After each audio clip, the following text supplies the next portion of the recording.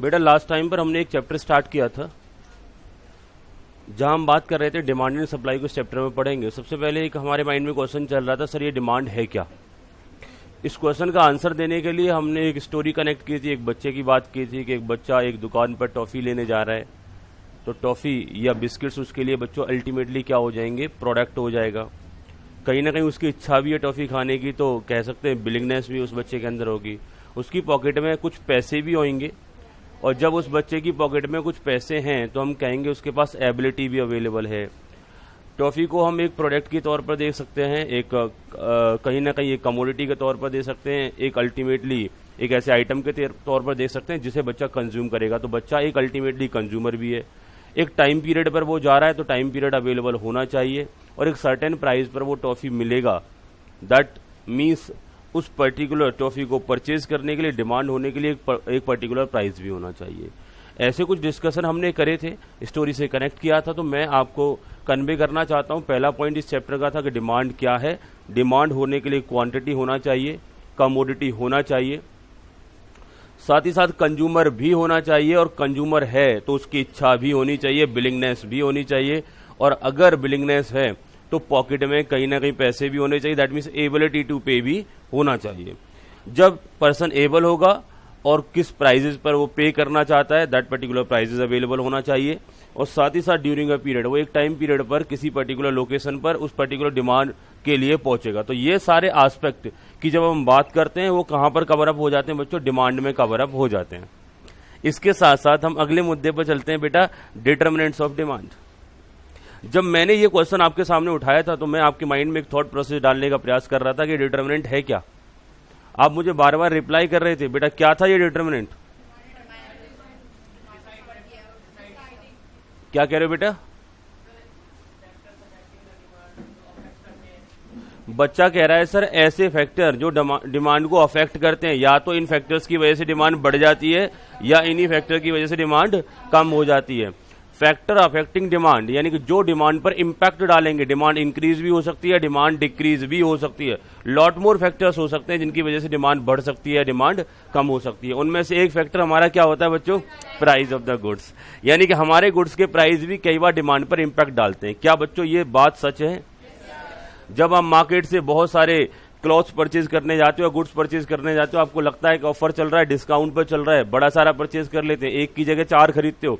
That means price कई बार impact डालता है। दूसरे फैक्टर की जब हम बात कर रहे थे तो हमने बात की थी कहीं ना कहीं price of the related goods.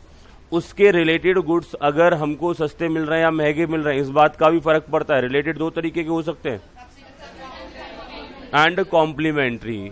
जब सब्स्टिट्यूट की बात कर रहा था तो बेटा एक गुड्स की जगह पर दूसरा, goods in place of other goods, that means that is known as substitute. यानी जब हम एक गुड्स को छोड़ करके दूसरा गुड्स कंज्यूम कर सकते हैं। क्या हम चाय को छोड़ के कॉफी कंज्यूम कर सकते हैं। सब्स्टिट्यूट साइमल्टेनियसली कभी कंज्यूम नहीं होते। कभी आप ऐसे नहीं बोलोगे चाय और कॉफी दोनों ले आओ, बोल देते हो क्या। क्या बेटा आप ऐसे बोलते हो चाय या बिस्किट में से कोई एक सामान लेके आ जाओ। क्या बोलते हो चाय के साथ बिस्किट चलेगा, लेकिन चाय और कॉफी दोनों नहीं चलेंगे। तो चाय और बिस्किट क्या हो गया बेटा, कॉम्प्लीमेंट्री गुड्स, और टी एंड कॉफी क्या हो गया, सब्स्टिट्यूट। तो हमने बोला सब्स्टिट्यूट गुड्स के प्राइस कई बार हमारे पर्टिकुलर प्रोडक्ट की डिमांड को अफेक्ट करते हैं। मैं आपसे बोलना चाह रहा हूं, आपको चाय और बिस्किट खाने की आदत है, चाय के साथ बिस्किट लेने की आदत है, और आपका चाय का प्राइस इतना बढ़ जाता है, इतना बढ़ जाता है कि वो अब आपके बजट में नहीं है। बच्चे कह रहे हैं सर कितना बढ़ जाता है। मैंने कहा 3 लाख हो जाता है। एक कप चाय 3 लाख रुपए का, 3 लाख रुपीज का। बच्चे क्या बोल रहे हैं, सर चाय नहीं पीनी, क्या सिर्फ बिस्किट पियोगे। ठीक है बेटा, कब में डालेंगे बिस्किट को, चाय तो है नहीं, फील करेंगे चाय है और उसे ऐसे ही कंज्यूम कर लेंगे जैसे पहले कंज्यूम कर रहे थे, नहीं ना। दैट मीन्स चाय के साथ बिस्किट चल रहा है, कॉम्प्लीमेंट्री है, तो एक गुड्स यूज नहीं होगा, एक गुड्स का प्राइस महंगा हो जाएगा, दूसरे की डिमांड ऑटोमेटिकली कम हो जाएगी। बात क्लियर है। फिर आप बिस्किट खरीदना नहीं चाहोगे। दैट मीन्स हमने कॉम्प्लीमेंट्री गुड्स की बात करी थी, कॉम्प्लीमेंट्री और सब्स्टिट्यूट दोनों की हम बात कर रहे थे कि जब कॉम्प्लीमेंट्री और सब्स्टिट्यूट के प्राइस चेंज होते हैं तो मेन गुड्स के जो प्रोडक्ट या डिमांड में भी काफी इंपैक्ट पड़ता है। हम पढ़ रहे थे फैक्टर अफेक्टिंग द डिमांड, और जब जब हम फैक्टर अफेक्टिंग की बात करते हैं तो price of the goods, price of the related goods, और इनकम लेवल। आपका इनकम बढ़ता है तो क्या आपके माइंड में नए नए आइडियाज आते हैं? बेटा जब 2-4 रुपए मिलते थे तो कहां तक सीमित थे हम? टॉफी, चूरन, चॉकलेट, हथगोला ऐसे, हाथी गोला, सॉरी, ठीक है, ऐसे प्रोडक्ट तक ही हम सीमित रहा करते थे, हाँ या ना? अभी जब ज्यादा पैसे मिलते हैं, पॉकेट मनी ज्यादा मिलता है, तो ये सारे प्रोडक्ट कंज्यूम करते हो कि 50 पैसे वाला चूरन या 1 रुपए की 4 जो टॉफी आया करती थी, क्या उन्हें कंज्यूम करते हो क्या? नहीं ना। दैट मीन्स अभी की पॉकेट मनी बढ़ा तो हमारे जो अल्टीमेटली डिमांड है वो चेंज हो गए, हमारे माइंडसेट चेंज हो गए। जैसे जैसे पर्सन की इनकम बढ़ती है वैसे वैसे वो कुछ प्रोडक्ट की डिमांड बढ़ा देता है, नए प्रोडक्ट उसकी लिस्ट में शामिल हो जाते हैं। मैंने यहां बात किया था ऐसे फैक्टर्स की बात कर रहे हैं जिनसे बेटा डिमांड पर अफेक्ट पड़ता है, और हमने बात किया प्राइस से इंपैक्ट पड़ता है, price of the related goods से इंपैक्ट पड़ता है, इनकम लेवल से भी इंपैक्ट पड़ता है। आगे हम बात करेंगे, जब जब इनकम लेवल की बात करते हैं तो 2 तरीके गुड्स आ जाते हैं, एक इंफीरियर एक सुपीरियर। बेटा आपका इनकम बढ़ता है तो इंफीरियर गुड्स का डिमांड बढ़ा देते हो क्या? कम हो जाती है। जब आपका इनकम लेवल गिरता है तो इंफीरियर गुड्स की डिमांड बढ़ जाती है। दैट मीन्स जब पैसे नहीं होंगे तो इंफीरियर से ही काम चला लेंगे, जब पैसे ज्यादा होंगे तो वो सुपीरियर गुड्स की तरफ मूव कर जाएंगे। आगे हमने बोला जब अगर हमको कोई टेस्ट पसंद होता है या कोई प्रीफरेंस होता है तो अकॉर्डिंगली हम उस पर्टिकुलर प्रोडक्ट को ज्यादा परचेज करते हैं। एक बच्चे ने मुझे बोला अभी कि सर इसमें हैबिट कहीं मेंशन नहीं है। बेटा देखो मैंने लास्ट में आपको अदर फैक्टर्स नोट कराया हुआ है, और जब मैं आपको ये अदर फैक्टर नोट करा रहा था तो मैंने बोला था कि थाउजेंड्स ऑफ ऐसे फैक्टर्स हो सकते हैं जिनकी वजह से डिमांड अफेक्ट होती है। बट मोस्टली जो स्टडी ने, जो इंस्टीट्यूट ने, जो मेनली जिनसे क्वेश्चन वो बना के पूछ रहे होते हैं उतना मैं आपको नोट करा देता हूं।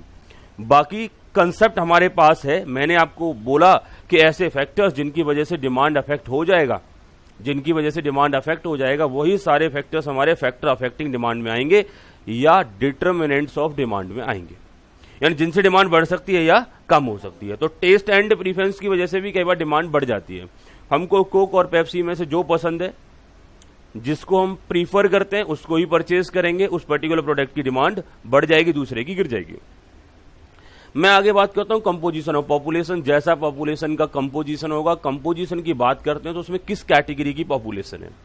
जैसे बेटा आपका ज्योमेट्री बॉक्स होता है, उसमें बहुत टाइप के जो इक्विपमेंट्स होते हैं उनका कंपोजिशन होता है, पेन का, पेंसिल का, डिफरेंट तरीके के रबर्स, फैंसी शार्पनर्स, तो ये सारी चीजें आप देखते होंगे उसमें लॉट मोर कंपोजिशंस हैं। That mean lot more factors available है। हम यहाँ बात कर रहे हैं पॉपुलेशन। पॉपुलेशन में कैसी कंपोजिशन हो सकती है? बच्चे, बड़े, बुजुर्ग, बात समझ रहे हो ना? एज वाइज कंपोजिशन हो सकती है, यंग हो सकते हैं, ओल्ड एज हो सकते हैं, चिल्ड्रंस हो सकते हैं। तो बेटा जैसा कंपोजिशन अकॉर्डिंगली वैसा ही हमारा डिमांड बनेगा। जैसे बच्चे ज्यादा होंगे तो बच्चों के क्लॉथ्स की डिमांड ज्यादा रहेगी, कहीं ना कहीं खेलने कूदने वाले जो छोटे मोटे आइटम्स होते हैं उनकी डिमांड ज्यादा रहेगी। एजुकेशन ऑफ पीपल्स, पढ़े लिखे होंगे तो उनके अकॉर्डिंगली कमोडिटी की डिमांड बढ़ जाएगी। एजुकेशन के साथ साथ हम बात करेंगे weather situation of any region, ये भी एक डिटर्मिनेंट होता है। जहां ठंड ज्यादा पड़ रही है वहां पर वुलन क्लॉथ्स की डिमांड बढ़ेगी, जहां कम पड़ रहा है वहां पर कॉटन क्लॉथ्स की डिमांड बढ़ जाएगी। Size of the population, population ज्यादा है तो ओवरऑल प्रोडक्ट की डिमांड यहां पर बढ़ जाती है। एडवर्टाइजमेंट करें, किसी भी प्रोडक्ट का एडवर्टाइजमेंट कर दें, जितना ज्यादा एडवर्टाइजमेंट करोगे उतना ज्यादा डिमांड बढ़ता चला जाएगा, और कम एडवर्टाइजमेंट करोगे तो डिमांड अकॉर्डिंगली कम होता चला जाएगा। आगे मैं आपसे बात करना चाह रहा हूं डिस्ट्रीब्यूशन ऑफ इनकम। अगर आपके इनकम के लेवल इक्वली डिस्ट्रीब्यूट होंगे तो नेसेसिटीज जो रहेंगी उनकी डिमांड ज्यादा बढ़ेगी, क्योंकि सबकी इनकम एक लिमिट में, उससे ज्यादा नहीं है। लेकिन अगर इनकम में गैप ज्यादा होगा, एक पर्सन के पास बहुत सारा पैसा है, एक पर्सन के पास पॉकेट में रखने के लिए पैसे नहीं है, और एक पर्सन कहीं ना कहीं कमरों में नोट भर रहा है, तो इन दोनों केसेस में एक particular person luxurious goods purchase करेगा तो दूसरा अपनी बेसिक नेसेसिटी के आइटम भी बड़ी मुश्किल से परचेज कर पाएगा। तो बेटा जब काफी गैप होता है इनकम लेवल में, डिस्ट्रीब्यूशन काफी अप्स एंड डाउन्स होता है, तो वहां लग्जरियस गुड्स की भी डिमांड बनी रहती है और नेसेसिटीज रिलेटेड गुड्स की भी डिमांड बनी रहती है। अदर फैक्टर्स की बात करेंगे, हजारों करोड़ों फैक्टर्स आ सकते हैं। मैंने बोला कंसेप्ट हमारे पास एक सिंपल सा है, ऐसे फैक्टर, किसी भी फैक्टर की वजह से डिमांड बढ़ जाए या किसी भी फैक्टर की वजह से डिमांड गिर जाए, दैट मीन्स वो क्या बन जाएंगे? Factor affecting the demand. बेटा इन सारे मुद्दों को हम जब डिस्कस कर रहे थे तो यहां सोचने का, पढ़ने का तरीका, एक नजरिया हमारा अलग था। हमने इस क्वेश्चन में आंसर सिर्फ ये देना था, इस फैक्टर की वजह से डिमांड या तो बढ़ती है या कम होती है। हालांकि जब पहला पॉइंट में डिस्कस कर रहा था मैंने बोला था प्राइस ऑफ द गुड्स, वहां पर कुछ एनालिसिस करके भी दिखाया था। वही सारी एनालिसिस हम कहां जाके करते हैं, कहीं ना कहीं लॉ ऑफ डिमांड में। जब मैं लॉ ऑफ डिमांड की बात कर रहा हूं तो ये ऐसे कहीं ना कहीं एक प्रिंसिपल की बात कर रहे हैं, ऐसे रूल्स की बात कर रहे हैं जहां प्राइस और डिमांड के बीच में क्या होता है बेटा, रिलेशनशिप। लॉ ऑफ डिमांड में हम क्या रिलेशनशिप फाइंड आउट कर रहे हैं, क्या पढ़ने का प्रयास कर रहे हैं कि सर प्राइस के और उस पर्टिकुलर प्रोडक्ट की डिमांड के बीच में रिलेशन कैसा है, क्या वो इनवर्स है, क्या वो डायरेक्ट है। इन सारे मुद्दों का जो डिस्कशन होता है वो किस में होता है, लॉ ऑफ डिमांड। मैंने क्या बोला, लॉ ऑफ डिमांड में रिलेशनशिप किसका हो रहा है बेटा, price of the goods and demand of the same goods. अगर मैं price of the goods and demand of another goods की बात करूंगा तो बेटा वो लॉ ऑफ डिमांड नहीं होगा। लॉ ऑफ डिमांड में जब हम कहीं ना कहीं रिलेशनशिप की बात करेंगे तो प्राइस एंड अनदर गुड्स की डिमांड के बीच में रिलेशनशिप यहां फाइंड आउट कर रहे होंगे। अब यहां क्वेश्चंस कैसे कैसे बन सकते हैं, वो कैसे कैसे एस्पेक्ट पूछे जा सकते हैं, उन सारे मुद्दों को यहां एक एक करके डिस्कस करने की जरूरत है। लास्ट क्लास में मैंने आपके साथ बात किया था कि प्राइस ऑफ द गुड्स बढ़ेगा तो demand of the same goods क्या हो जाएगा, कम हो जाएगा। और ये लॉ ऑफ डिमांड आप बचपन से बहुत अच्छे से जानते हैं, सिखाने की जरूरत नहीं है। क्या आपको मालूम है अगर घर से पैसे लेकर निकले और कोई पर्टिकुलर प्रोडक्ट बहुत ज्यादा महंगा आ रहा है तो क्या आप उसे परचेज करोगे? एक एग्जांपल दे रहा हूं बेटा, घर से मूड बना के चले थे आप कि चलो सीएस फाउंडेशन में आज एडमिशन लेके आते हैं, घर वालों ने पैसे दे दिए 10,000 रुपए, बेटा ये लो कुछ पैसे जमा कर देना, बाकी बाद में जमा कर देंगे, अभी जिस कोचिंग में पढ़ना है उसमें एडमिशन लेके आ जाओ। आप हमारे यहाँ पहुंचे, आपने पूछा कि सर फीस कितना है, हमने कहा 5,000 करोड़ रुपए, ठीक है हो सकता है नहीं हो सकता, क्या दिक्कत है? बच्चा सोचता है कि नहीं बेटा आपको लगता है आपको एडमिशन लेना चाहिए, बच्चे कह रहे हैं सर, पीछे से कह रहा है बिल्कुल नहीं सर, ठीक है 5,000 करोड़ रुपए में हम क्यों एडमिशन लेने लगे, 5,000 करोड़ तो बैंक में जमा कर देंगे, वो सबसे बड़ा बिजनेस है, उसके बाद कुछ भी करने की जरूरत नहीं है, ना सीएस करेंगे ना कोई और कोर्स करेंगे, मजे से अपनी लाइफ काट सकते हैं। बात समझ पा रहे हो ना? मैंने आपको कोई फंडामेंटल नहीं सिखाई, इकोनॉमिक फंडामेंटल आपको बचपन से आता है। जब प्रोडक्ट अचानक से ज्यादा महंगा दिखेगा तो हम उसे परचेज नहीं करेंगे। That means price of the goods की मैं बात कर रहा हूं, प्राइस ऑफ द गुड्स अगर ज्यादा है तो कहीं ना कहीं accordingly demand of the goods कम हो जाती है। ये एक जनरल फंडामेंटल होता है और ऐसा ही इनका कहना है। बट यहां पर अदर फैक्टर्स कांस्टेंट रहने चाहिए। अगर अदर फैक्टर्स कुछ इंपैक्ट डाल रहे हैं तो फिर हमारी शायद डिमांड का जो लॉ है वो फेल हो जाएगा। मैंने आपसे बोला था बेटा 5,000 करोड़ ही बोला था ना अभी, मैंने बच्चे से बोला बेटा फाउंडेशन इधर से करोगे 5,000 करोड़ देने पड़ेंगे, और अगर यहां आप 2 महीने पढ़ लिए इसके बाद 10,000 करोड़ रुपए पर मंथ कमाओगे। फील कर लो ऐसा होगा। और ये 5,000 करोड़ जो देने हैं वो 1 मंथ की सैलरी उठाने के बाद अपनी सैलरी में से देने, अभी नहीं देने। बच्चा क्या बोलेगा, सर बहुत अच्छा, दिक्कत क्या है, प्राइस ज्यादा पे करना पड़ रहा है तो पे कर देंगे, लेकिन देखो तो सही 2 महीने बाद हम कितना कमाने वाले हैं। तो अदर फैक्टर की वजह से क्या डिमांड लॉ फेल हो गया? दैट मीन्स प्राइस बहुत ज्यादा देखे बढ़े हुए देखे स्टिल हम एग्री हो रहे हैं, क्योंकि अगले 2 महीने बाद तो 10,000 करोड़ कमाने वाले पर मंथ, और कहीं ना कहीं उसी में से पेमेंट करना है। तो हमारे लिए कोई रिस्क वाली बात नहीं, हमारा डिसीजन चेंज हो सकता है। मैंने बोला जब हम प्राइस और डिमांड की बात करेंगे तो सिर्फ प्राइस और डिमांड की बात करेंगे, अदर फैक्टर जैसे कांस्टेंट रहते हैं वैसे ही बने रहेंगे। बात समझ रहे हो ना? तो अदर फैक्टर हमारा चेंज नहीं होना चाहिए। किसी भी अदर फैक्टर की वजह से कई बार इंपैक्ट पड़ जाता है। लेट्स सपोज अभी आप अपने जो कपड़े परचेज करते हो तो 2,000 रुपीज का एक कंप्लीट ड्रेस परचेज करते हो, ये एक हम एजम्पशन लेके चल रहे हैं, और अभी आपका इनकम जो है 20,000 रुपीज पर मंथ है। अब जब आप शॉप पर जा रहे हो अचानक से उसका प्राइस कितना हो जाता है, 4,000 रुपए पर ड्रेस हो जाता है, या पर पैंट शर्ट या पर टी शर्ट पैंट, ऐसे करके आपका प्राइस हो जाता है 4,000 का प्राइस आपको डबल पे करना पड़ रहा है। ऑन द अदर एंड आपका सैलरी बढ़ चुका है, बढ़ के 20,000 से 60,000 हो चुका है। क्या इंपैक्ट पड़ेगा?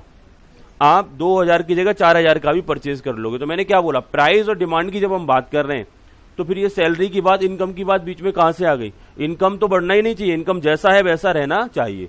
मैं आपको ये सिखाना चाहता हूं कि जब हम लॉ ऑफ डिमांड की बात करेंगे तो सिर्फ किसकी बात चलेगी, प्राइस और डिमांड। हमारा अदर फैक्टर जैसा है वैसा ही रहना चाहिए, वो चेंज नहीं होना चाहिए। बात समझ में आ रहा है? और इस अदर फैक्टर रिमेन्स कांस्टेंट को हम सेटिलस पेरिवस के नाम से भी जानते हैं। कोई दिक्कत रहेगा बेटा? अब जब मैंने बोला बेटा प्राइस बढ़ेगा डिमांड कम होगा, या प्राइस कम होगा तो डिमांड बढ़ जाएगा, इसी को बोलते हैं इनवर्स रिलेशनशिप या इसी को बोलते हैं नेगेटिव रिलेशनशिप। डायग्राम कैसे बनेगा बेटा आपका? डाउनवर्ड स्लोपिंग, ये ओरिजिन रहेगा और कहीं ना कहीं इसी डायग्राम को हम एक नाम से और जान सकते हैं, कॉन्वेक्स टू द ओरिजिन। क्या बोलेंगे बेटा? Convex to the origin. बेटा कॉन्वेक्स का मतलब होता है झुकाव होना ओरिजिन की तरफ। आपको ऐसा लग रहा है कि ओरिजिन इसे खींच रहा है अपनी तरफ पकड़ के, जैसे धनुष बाण में से पकड़ के खींचते ना, ऐसे करके लग रहा है ओरिजिन की तरफ इसका खिंचाव हो रहा है, तो कॉन्वेक्स टू द ओरिजिन है, ओरिजिन की तरफ इसका झुकाव है। तो एग्जाम में कुछ ऐसे क्वेश्चंस आ जाता है, in case of demand curve, in case of law of demand curve is convex to the origin, concave to the origin, both, none of these, ऐसे करके क्वेश्चंस आपके लिए आ सकते हैं। तो क्या बोलो? Convex to the origin. दूसरा ये क्या रहेगा? डाउनवर्ड स्लोपिंग रहेगा, स्लोप रहेगा डाउनवर्ड में जाएगा, ऐसे करके हम यहां पर बात कर सकते हैं। साथ ही साथ एक ऐसा पॉइंट भी बन सकता है, इनवर्स रिलेशनशिप रहेगा, नेगेटिव रिलेशनशिप रहेगा, ऐसे क्वेश्चंस यहां से बन पाएंगे। तो demand curve is a relationship between price and demand of the goods. बात क्लियर हो गया? साथ ही साथ जब हम प्राइस और डिमांड की बात करेंगे तो ये नेगेटिव रिलेशनशिप रहेगी, ये सारी बातें बताना है। अदर फैक्टर्स हमारे क्या रहेंगे? Remains constant. तो यहां तक हमने डिस्कस किया था, आगे बढ़ लें बेटा, आगे बात कर लें कुछ। चलो जी, पॉइंट नंबर 3 इस चैप्टर का हमने डिस्कस कर लिया था, पॉइंट नंबर 4 पर चलते हैं। डाउट है बेटा यहां तक कुछ? आगे बढ़े। पॉइंट नंबर 4 नोट करेंगे सारे बच्चे, डिमांड कर्व। हाँ बेटा, अभी लॉ ऑफ डिमांड बात कर रहे थे, अभी हम बात करेंगे डिमांड कर्व की। Demand curve,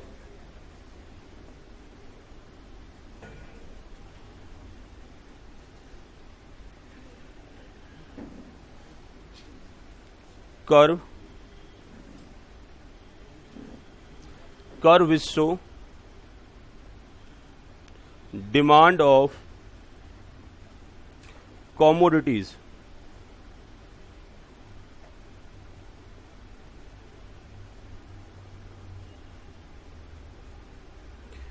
at various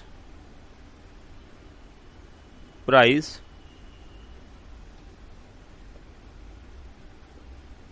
during a period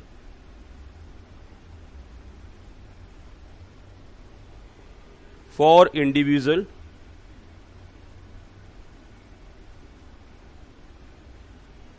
person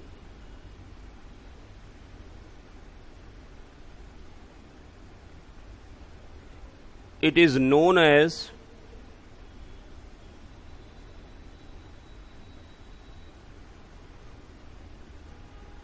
individual demand curve.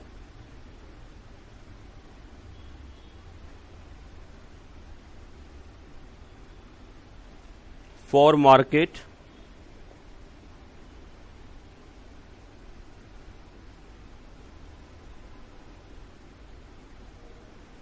it is known as market demand curve.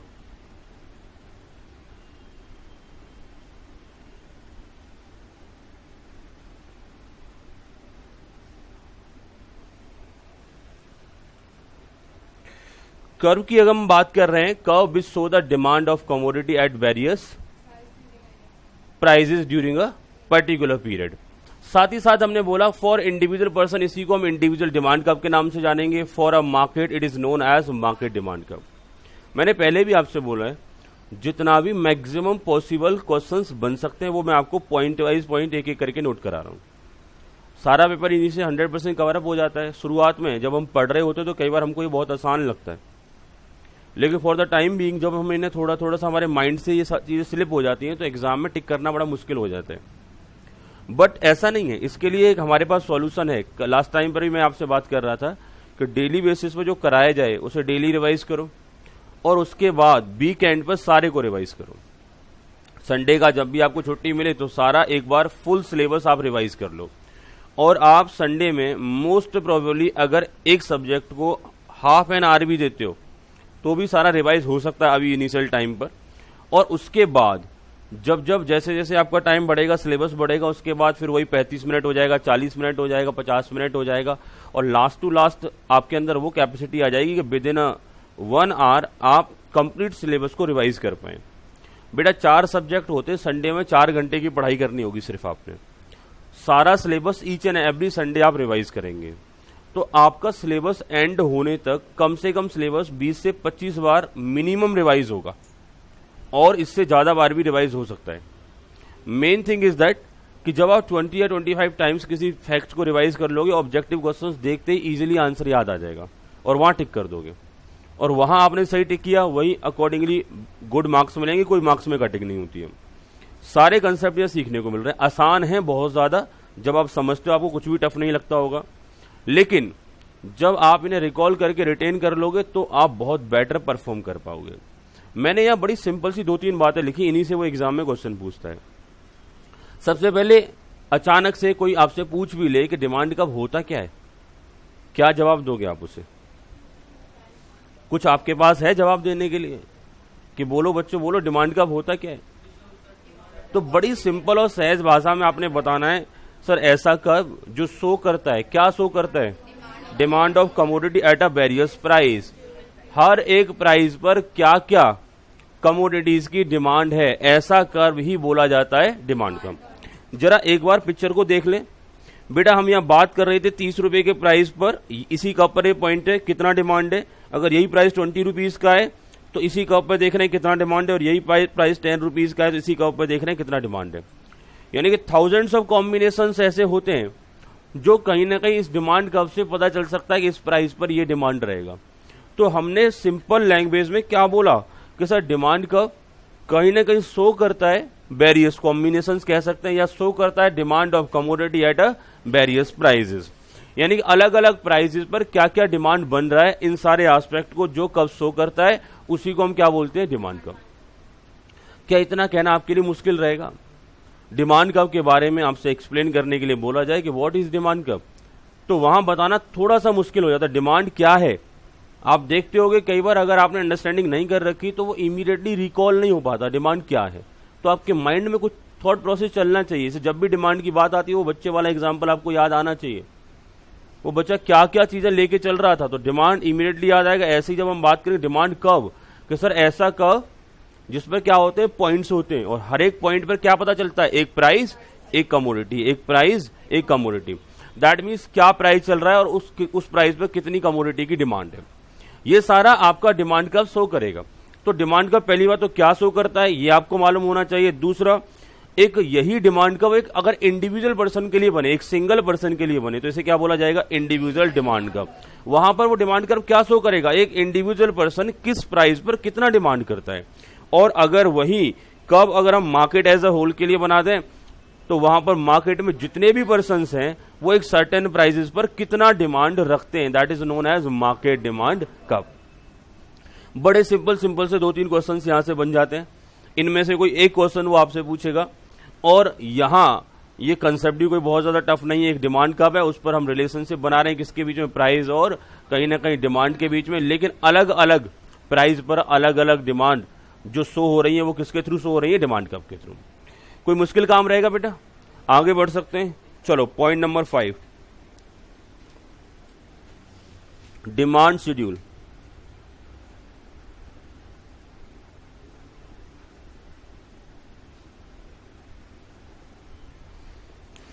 if B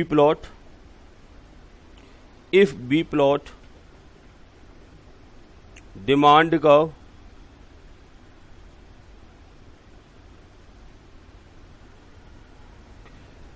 into table, if we plot demand curve into table, then such table is known as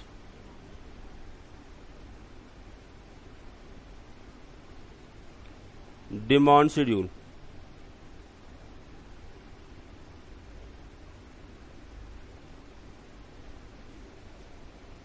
Next point beta, for individual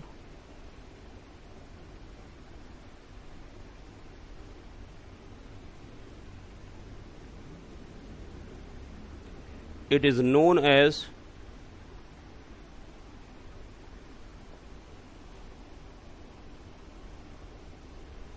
individual demand schedule.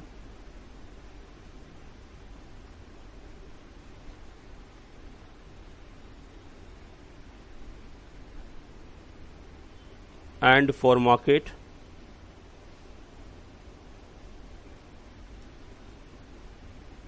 it is known as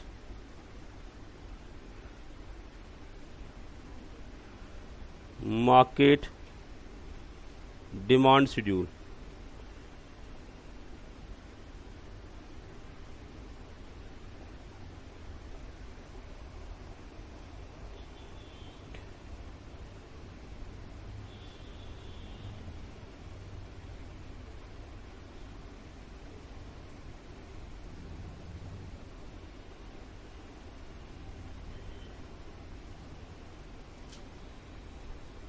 बेटा last जो हमारा demand curve था, जरा उस पर जो भी हमारे फिगर्स थे उन्हें एक टेबल में प्लॉट करके देखें। आगे बढ़े बेटा, यहां तक नोट हो गया सभी का? हमने डिमांड शेड्यूल की जब बात करी तो कहीं ना कहीं हम बात कर रहे थे कि सर अगर हम अपने डिमांड कर्व को ही टेबल में प्लॉट कर दें तो वही क्या बन जाता है, डिमांड शेड्यूल बन जाता है। हालांकि जो कंक्लूजन डिमांड कर्व से मिल रहे हैं वही कंक्लूजन मोरलेस डिमांड शेड्यूल से ही मिलते हैं, बट उसे प्रेजेंट करने का तरीका एक अलग हो जाता है। चलो जी जरा देखें एक बात, 10 रुपए के प्राइस पर ऑन एन एवरेजन करीब करीब यहां पर 320 का डिमांड आ रहा था। अप्रॉक्स लगा लेते 320 या 330, ठीक है, क्योंकि हमारा स्केल नहीं है इधर प्रॉपरली, तो एक अप्रॉक्स फिगर उधर मेंशन कर लेते हैं। बेटा 10 रुपए का प्राइस था, प्राइस इधर है हमारा वाई एक्सिस पर, और डिमांड हमारा किस पर है बेटा, एक्स एक्सिस पर। 10 रुपए के प्राइस पर 330 हमारा एक यहां पर डिमांड बन रहा है। तो प्राइस कितना बेटा, 10 रुपीज, 330 हमारा क्या है, डिमांड। अगर ऑन द अदर हैंड अगर हम प्राइस को एक बार बढ़ा दें, प्राइस कर दें 20 रुपीज, तो हमारा डिमांड हो जाएगा 210 के अप्रॉक्स। प्राइस कर दें अगर हम बच्चों 20 रुपीज, तो डिमांड हमारी अल्टीमेटली 220 के अप्रॉक्स हो रहा है। तो प्राइस कर दिया बेटा मैंने 20, तो डिमांड घटेगा या बढ़ेगा, 210 के अप्रॉक्स से कम होकर के हो जाता है। और अगर इसी प्राइस को और बढ़ा दें 30 कर दिया तो ये 120 के अप्रॉक्स हो रहा है, ठीक बात है। तो हमने प्राइस कर दिया बेटा 30, 120 के अप्रॉक्स। तो थोड़ा सा बेटा वो लाइन प्रॉपर नहीं है, इस वजह से कई बार इंपैक्ट पड़ रहा है। और कभी भी डिमांड की अगर हम बात करेंगे तो most of the time linear relationship होता भी नहीं है कि एकदम मैथमेटिकली रिलेशनशिप ट्रू साबित हो। हमने यहां बात किया बेटा प्राइस 10 रुपए का है, 330 था, बढ़ाया प्राइस तो कहीं ना कहीं डिमांड कम हो गई, और बढ़ाया तो डिमांड और कम हो गई। तो हम ये कंक्लूड कर सकते हैं कि प्राइस बढ़ने पर डिमांड कम हो रही है। यही बातें डिमांड शेड्यूल से देखने को मिल रही हैं, यही बात है डिमांड कर्व से देखने को मिल रही हैं, और यही बातें हम जब उस रिलेशनशिप की बात कर रहे थे तो देखने को मिल रही थी। बोलो बेटा क्या कह रहे थे?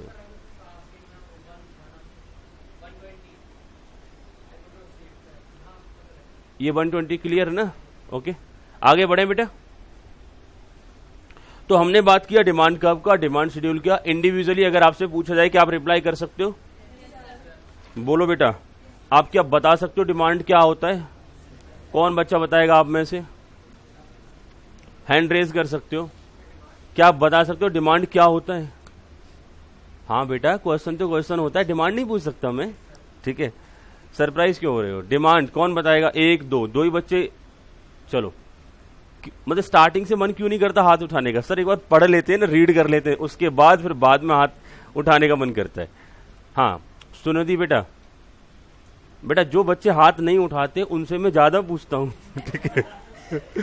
बात क्योंकि हाथ उठाने वाला तो मुझे कॉन्फिडेंस दिख ही रहा है, कॉन्फिडेंस आपके अंदर भी लाना है। कुछ तो बता सकते हो उसके बारे में। देखो अभी मैंने आपको रिकॉल कराया, जब मैं आपसे पूछ रहा हूं तो आप मुझे भी तो रिकॉल करा सकते हो कि सर अब आप भूल गए होंगे तो हम आपको कुछ याद दिला दें, ठीक है। बेटा याद दिलाओ, डिमांड क्या है? ठीक बात है, एक पॉइंट बताया, बहुत अच्छी बात। और बेटा चलो अच्छी बात, कमोडिटी भी होनी चाहिए,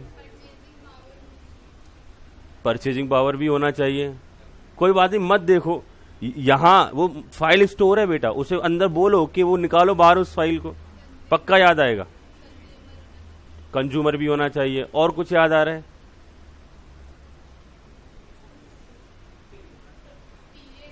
हाँ बेटा बताओ।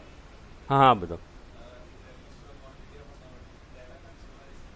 ना ना बेटा ना, ऐसे नहीं ये तो 12th क्लास में रट रखा था आपने पॉइंट वाइज बताओ। देखो वही चीज है, आदत को बदलो। पॉइंट वाइज बता सकते हो, जब आप डेफिनेशन बता सकते हो तो उसके पॉइंट भी तो बता सकते हो। सर ये होना चाहिए, ये होना चाहिए, ये होना चाहिए, तो हम कह पाएंगे तुम। Okay okay okay okay. हाँ प्राइस भी होना चाहिए, बात क्लियर। तो हम यही सारी बात कर रहे थे, उसको एक पॉइंट वाइज अगर हम बताएंगे ज्यादा अच्छा रहेगा। अच्छा बेटा, डिटर्मिनेंट्स ऑफ डिमांड बता सकते हैं? हाँ बैठ के आराम से देखो, चेयर पर अच्छे से बैठो, वहां रिलैक्स फील मत करो, क्योंकि उसमें आपका ही नुकसान है। जब बच्चा कमर लगा के आराम से बैठा होता है ना, तो माइंड स्लीपिंग मोड में सबसे पहले जाता है, बॉडी बाद में जाती है, माइंड पहले जाता है। क्यों? माइंड बहुत आलसी होता है, वो तभी अपनी एनर्जी को यूज करता है जब बहुत बड़ा कुछ होने वाला हो। आपने देखा है कि जैसे कई बार गली मोहल्ले में ऐसे आवारा से कुत्ते घूमते हैं, और कभी आपके पीछे पड़ा होगा, जैसे चलते फिरते कोई कुत्ता पड़ जाता है, तो हम दूसरी सांस कहाँ लेते हैं? घर में घुस के लेते हैं, अपने बीच में कोई सांस नहीं लेते, इतने एक्टिव हो जाते हैं, हमें नहीं पता कि हम इतनी स्पीड से दौड़ कैसे लिए। मतलब हमारे माइंड ने हमको इतना बड़ा डायरेक्शन दिया, हमारी बॉडी बहुत एक्टिव हो गई। मतलब उसे मालूम था आज हम डेंजर में हैं, और बाकी जब हम डेंजर में नहीं होते तो कैसे चलते हैं मस्त, जहां 10 मिनट में पहुंचना होता है वहां पहुंचते हैं 1 घंटे में। तो कहीं ना कहीं हमारा माइंड हमको डायरेक्ट करता है कि देखो अब एनर्जी ज्यादा लगानी है, अब कम लगानी है।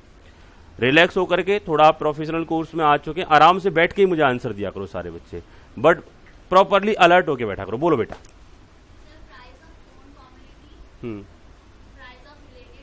जी बेटा। ओके ठीक है। ओके और भी याद आ जाएगा काफी सारा। हाँ बोलो बेटा। Substitute on and, substitute and complementary. एक होता है कॉम्प्लीमेंट, कॉम्प्लीमेंट भी मोस्टली कॉम्प्लीमेंट्री जैसा ही है। कॉम्प्लीमेंट का मतलब समझते हो ना, कहते हैं ना क्यों कॉम्प्लीमेंट दे रहे हो। जैसे आपने मुझसे कहा सर बहुत बढ़िया लग रहे हो, ठीक है, मैंने कहा क्यों कॉम्प्लीमेंट दे रहे हो, मतलब उतना बेटर मैं हूं नहीं, उतना बेटर मैं हूं नहीं, आप ज्यादा बढ़ा के बता रहे हो, तो कुछ ना कुछ एडिशनल फैक्ट आप उसमें जोड़ रहे हो। कॉम्प्लीमेंट्री भी कुछ ऐसा ही है, ठीक है। चलो कोई बात नहीं बेटा, आज मुद्दे पर आ जाते हैं। हाँ बोलो बेटा, बोलो बोलो बोलो बेटा, आगे बोलो। कॉम्प्लीमेंट्री एंड सब्स्टिट्यूट और बेटा सुन लो, देखो दूसरे को हमेशा रिस्पेक्ट दिया करो। जब भी कोई स्पीकर बोल रहा है एटलीस्ट सुनो। बहुत मुश्किल होता है, ऐसा नहीं कि हमको आता है तो बोल ही पाएंगे, कई बार हम आने के बावजूद भी भीड़ में नहीं बोल पाते। और मेरी बात ध्यान से सुन लेना, आप जितने भी यहाँ पर्सन बैठे हो ना, हो सकता है आपको 2, 2,500, 5,000, 10,000 की भीड़ का भी सामना करना पड़ सकता है। आप ये अगर फील करके बैठे हैं कि हम सिर्फ ऑफिस में जाएंगे, कंप्यूटर के सामने बैठ जाएंगे, अपना काम करेंगे, तो माइंड से निकाल देना। हो सकता है आप जिस कंपनी के कंपनी सेक्रेटरी हैं, ऑफिशियली कंपनी सेक्रेटरी अपॉइंटेड है, उस कंपनी के शेयर होल्डर ही 5,000, 10,000, 20,000 या 50,000 हो। और बेटा 50,000 शेयर होल्डर किसी हॉल में नहीं आते, उनके लिए स्टेडियम बुक करना पड़ता है जब एजीएम कराते हैं। बीच में बहुत बड़ा सा ऊंचा सा पोडियम लगाना पड़ता है, उसमें सबसे पहले कौन बोलेगा बात समझ रहे हो ना। तो वहां पर गड़बड़ हो सकती है, तो कॉन्फिडेंस बूस्टअप करने की जरूरत है। छोटे से शुरुआत करो लेकिन कर लो, बहुत सहज रहो। हमेशा कभी भी ये सोच के चलो कि हम जो कुछ भी बोल रहे हैं, जो कुछ भी हमको आता है, उसे बड़ा रिलैक्स तरीके से बताएंगे। परेशान होने की इसमें कोई जरूरत नहीं है हमको, ठीक बात है। हाँ बोलो बेटा, हो गया। हाँ, अब आप बताओ बेटा, सारे फैक्टर्स एक बार स्टार्टिंग से जल्दी से बता दो।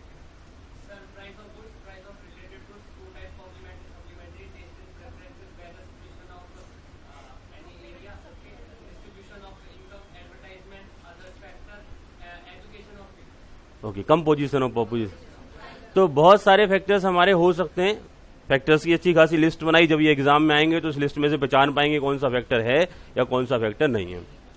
बेटा लॉ ऑफ डिमांड बता सकते हैं आप मुझे? बड़ा सिंपल, मत देखो उधर, लॉ ऑफ डिमांड, उस क्वेश्चन को फील करो। देखो आज अगर क्वेश्चन को फील करके आंसर निकाल लिया ना आपने, बहुत अच्छा रहेगा। बोलो बेटा। सिंपल सी बात है, रिलेशन होता है किसके बीच में? सर डिमांड के बीच में और प्राइस के बीच में। लेकिन ये रिलेशन कैसा होता है? नेगेटिव इनवर्स रिलेशन होता है। दैट मीन इनवर्स का मतलब एक बढ़ेगा तो दूसरा कम हो जाएगा। बड़ा सिंपल है क्या, इतना कहना कोई मुश्किल काम रहेगा हमारे लिए? नहीं रहेगा। आगे हम बात करेंगे बेटा डिमांड कर्व और डिमांड शेड्यूल। बेटा डिमांड कर्व बताएंगे आप? हाँ बोलो, आराम से, कोई दिक्कत नहीं। इधर और इधर दो ही तो होता है उसमें, एक ऐसे करके प्राइस और ऐसे करके डिमांड, ठीक है। दैट मीन्स डिमांड कर्व एक रिलेशनशिप शो करता है, वेरियस कॉम्बिनेशन शो करता है कि किस प्राइस पर हमारा कितना डिमांड रहेगा, कैसे भी करके बोल दो। यानी कि ये अल्टीमेटली प्राइस और डिमांड के बीच में डिफरेंट डिफरेंट प्राइसेस पर डिफरेंट डिफरेंट डिमांड को ये शो कर रहा होता है। क्लियर? बेटा डिमांड शेड्यूल की अगर बात करें तो डिमांड शेड्यूल की अगर हम बात करते हैं तो डिमांड शेड्यूल क्या होगा, क्या डिफरेंस रहेगा डिमांड शेड्यूल और डिमांड कर्व में? सर डिमांड कर्व वाले ही फैक्ट को अगर हम एक टेबल में प्लॉट कर देंगे तो क्या बन जाएगा? डिमांड शेड्यूल बन जाएगा।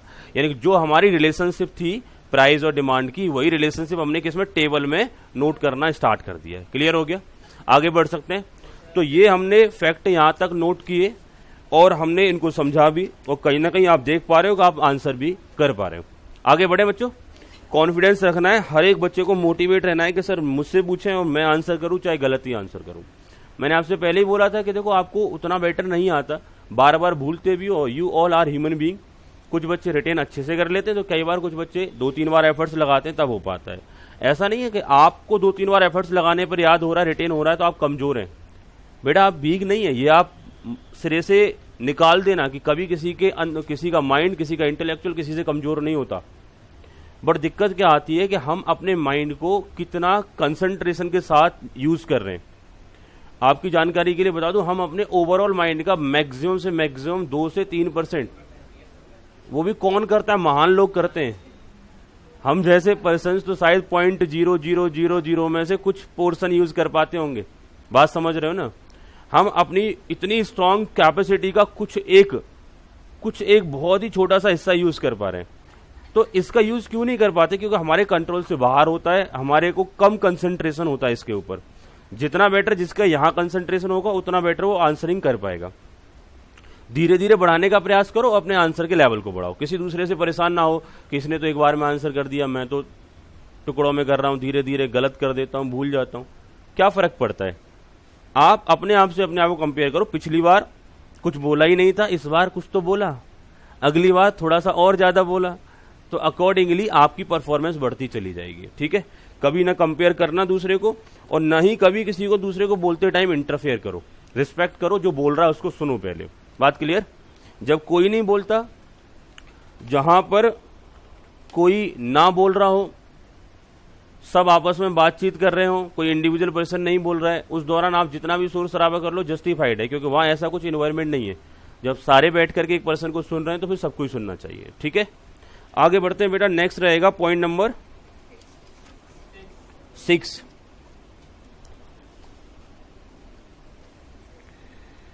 Exception to the law of demand.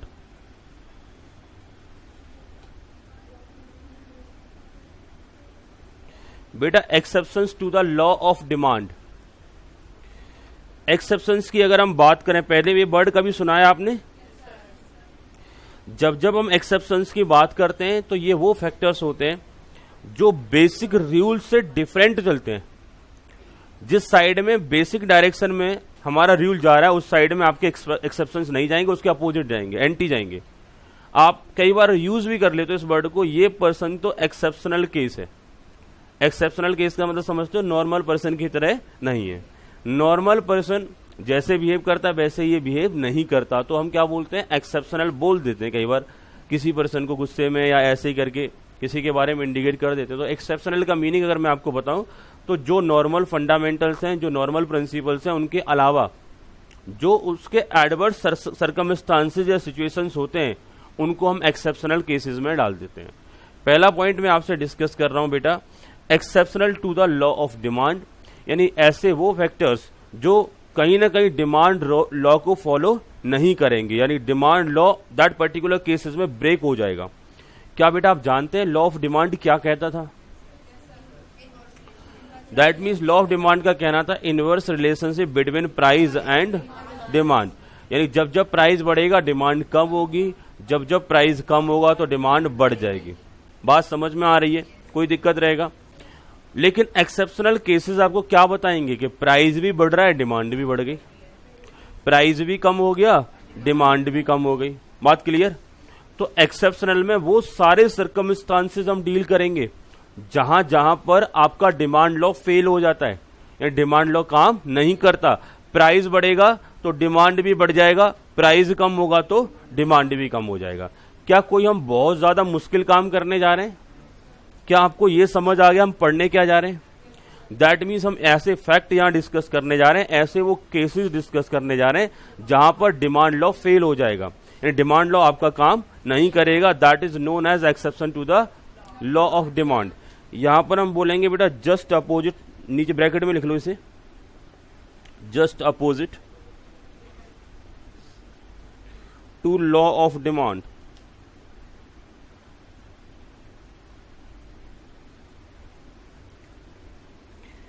Point number A, Giffen paradox.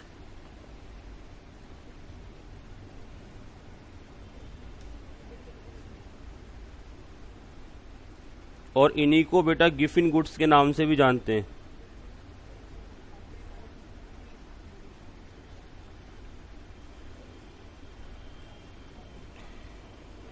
और करके नोट कर लो inferior goods.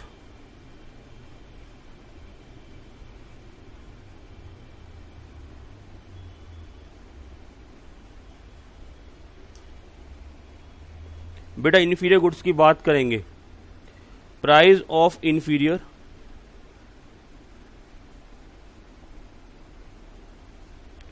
And demand of inferior goods.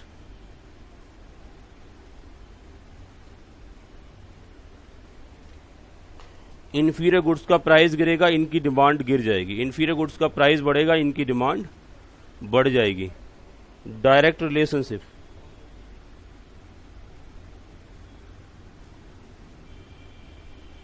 या इसी को बोलेंगे बेटा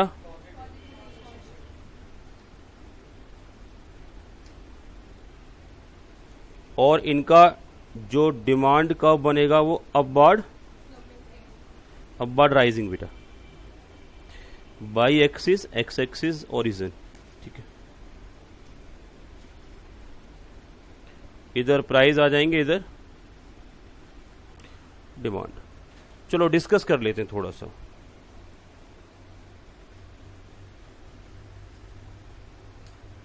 ये आप सबने नोट कर लिया।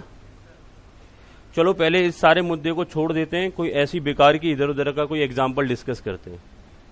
बताओ बेटा क्या खाना पसंद है अभी आपको? बच्चे कह रहे हैं ऑर्डर देने वाले हो क्या सर? ठीक है बताओ बेटा नाश्ते में क्या पसंद है? पोहा खाओगे, समोसे खाओगे या छोले भटूरे खाओगे? हाँ जी, बच्चे कह रहे हैं मोमोज। बेटा सुबह सुबह नहीं बनते हो, दोपहर बाद बनते। मैं अक्सर करके नोट करता हूँ, जब वो सुबह होते हैं तो वो लोग नहीं होते, लेकिन दोपहर बाद वो अपने आप आ जाते हैं। तो मजबूरी है, नाश्ते में तो नहीं मंगा सकते उन्हें। ठीक है, चलो छोले भटूरे की बात कर लेते हैं। बेटा मालूम है छोले भटूरे कितने रुपए के आते हैं? 20 के, 30 के? चलो अलग अलग जगह का अलग अलग रेट है, मान लेते हैं 30 रुपीज के आते हैं छोले भटूरे। और आप डेली, आपको बेटा कितने रुपए मिलते हैं? घर से 30 नहीं मिलते, 50 रुपए मिलते। कितने मिलते? आपको आने जाने का खर्चा अलग से मिलता, 50 रुपए खाने के लिए और मिलते हैं कि कुछ भी खा लेना। अब 50 रुपए घर से जब लेके आते हो तो एक प्लेट छोले भटूरे आप कंज्यूम कर लेते हो। मन तो करता है कि आज पिज्जा एंजॉय किया जाए सुबह सुबह, बट कई बार जब पॉकेट देखते हैं कि अगर पिज्जा तो आ रहा है 100 रुपीज का और हमको मिले ओनली 50 रुपीज, तो पिज्जा तो नहीं आ सकता। क्या करें बेटा, छोले भटूरे से ही काम चला लेते हैं। 30 रुपए के छोले भटूरे कंज्यूम कर लिए, बचे कितने? 20 रुपए। क्लियर हो गया। अगले दिन 50 और मिले, उस दिन भी 30 के छोले भटूरे कंज्यूम किए, 20 रुपए बचाए, 40 अभी बैलेंस चल रहा है, 50 अगले दिन और मिल गए, फिर 30 रुपए के छोले भटूरे कंज्यूम किए, कितने बचाए? 20। बैलेंस कितना हो गया? 60 रुपए। और अगले दिन जैसे ही 50 मिले 110। हमने कहा आज तो हम कहीं ना कहीं पिज्जा खाने ही जाएंगे, क्योंकि आज हमारी पॉकेट में पैसे हैं। आपने छोले भटूरे इग्नोर कर दिए और कहां पर मूव कर गए बेटा? पिज्जा खाने के लिए।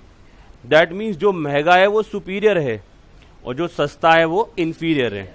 यानी कि जब आपकी पॉकेट में बैलेंस ज्यादा हो जाता है तो आप इंफीरियर से मूव कर जाते हो सुपीरियर। अब 100 रुपीज में पिज्जा कंज्यूम कर लिया, अगले दिन जब 50 मिलेंगे वापस लौट के कहाँ आना पड़ेगा? छोले भटूरे पर ही आना पड़ेगा, क्योंकि जब पॉकेट में पैसे नहीं रहे तो वापस कहाँ मूव कर गए? इंफीरियर गुड्स पर। तो फंडामेंटल ये कहता है कि गिफिन गुड्स या गिफिन पैराडॉक्स की बात करें, जब प्राइस ऑफ इंफीरियर गुड्स कम होता है तो सेविंग्स की वजह से हम कई बार सुपीरियर गुड्स पर मूव कर जाते हैं, और जब जब प्राइस ऑफ इंफीरियर गुड्स बढ़ जाता है, जब जब प्राइस ऑफ इंफीरियर गुड्स बढ़ जाता है, अकॉर्डिंगली हम इंफीरियर पर बार बार मूव करते हैं। सुपीरियर गुड्स की अगर हम बात करेंगे कि जब जब एक पर्टिकुलर इंफीरियर गुड्स का प्राइस गिरेगा तो हमको सेविंग ज्यादा होंगी, हम सुपीरियर पर मूव करेंगे। अब मैं एक एग्जांपल ले रहा हूं। लेट्स सपोज छोले भटूरे 10 रुपए के हो जाते हैं, एक दिन में सेविंग कितना होगा? 40 रुपीज का, और 3 दिन में सेविंग कितना हो जाएगा आपका? 120। अभी 4 दिन बाद आप पिज्जा कंज्यूम कर रहे थे, फिर 3 दिन बाद ही पिज्जा कंज्यूम करना स्टार्ट कर देंगे। प्राइस कम हुए तो दैट मीन्स हम अगेन किस पर मूव कर जाते हैं? पिज्जा पर मूव कर जाते हैं। जितना ज्यादा इंफीरियर गुड्स के प्राइस कम होंगे उतना ज्यादा सेविंग हमारी होगी, और उस सेविंग से हम सुपीरियर गुड्स में खर्चा करेंगे। ये एक थ्योरी दी गई थी गिफिन पैराडॉक्स की बात करें या गिफिन की बात करें। इन्होंने इंफीरियर गुड्स के बारे में थ्योरी दी थी कि इंफीरियर गुड्स के प्राइस जब जब सस्ते होते हैं तो हम कुछ पोर्शन सुपीरियर गुड्स परचेज कर लेते हैं। क्लियर?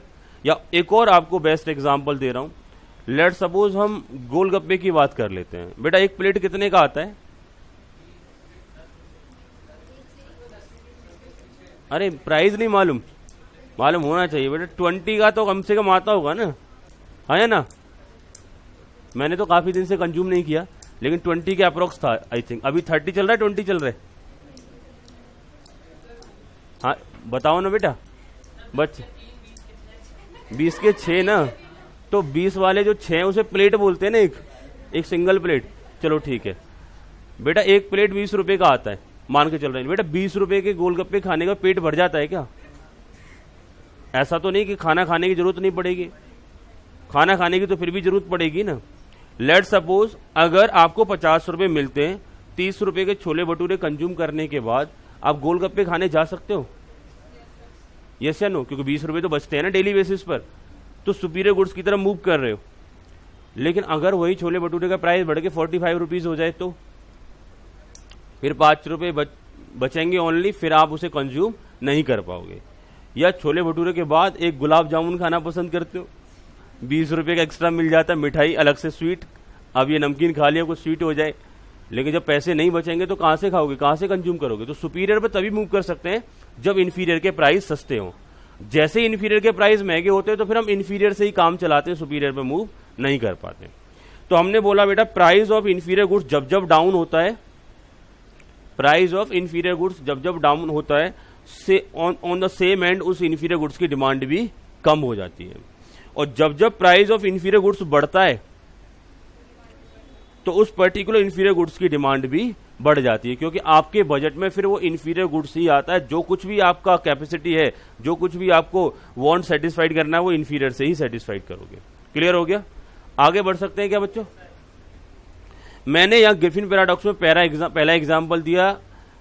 यहां पर हमने कि गिफिन पैराडॉक्स के तौर पर ये इंफीरियर गुड्स एक्सेप्शनल केस होते हैं, इनका प्राइस कम होने पर भी इनकी डिमांड कई बार कम हो जाती है।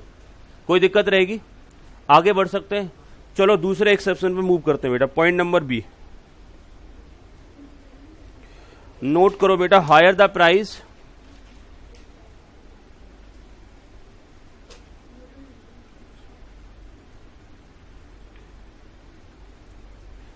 better the quality.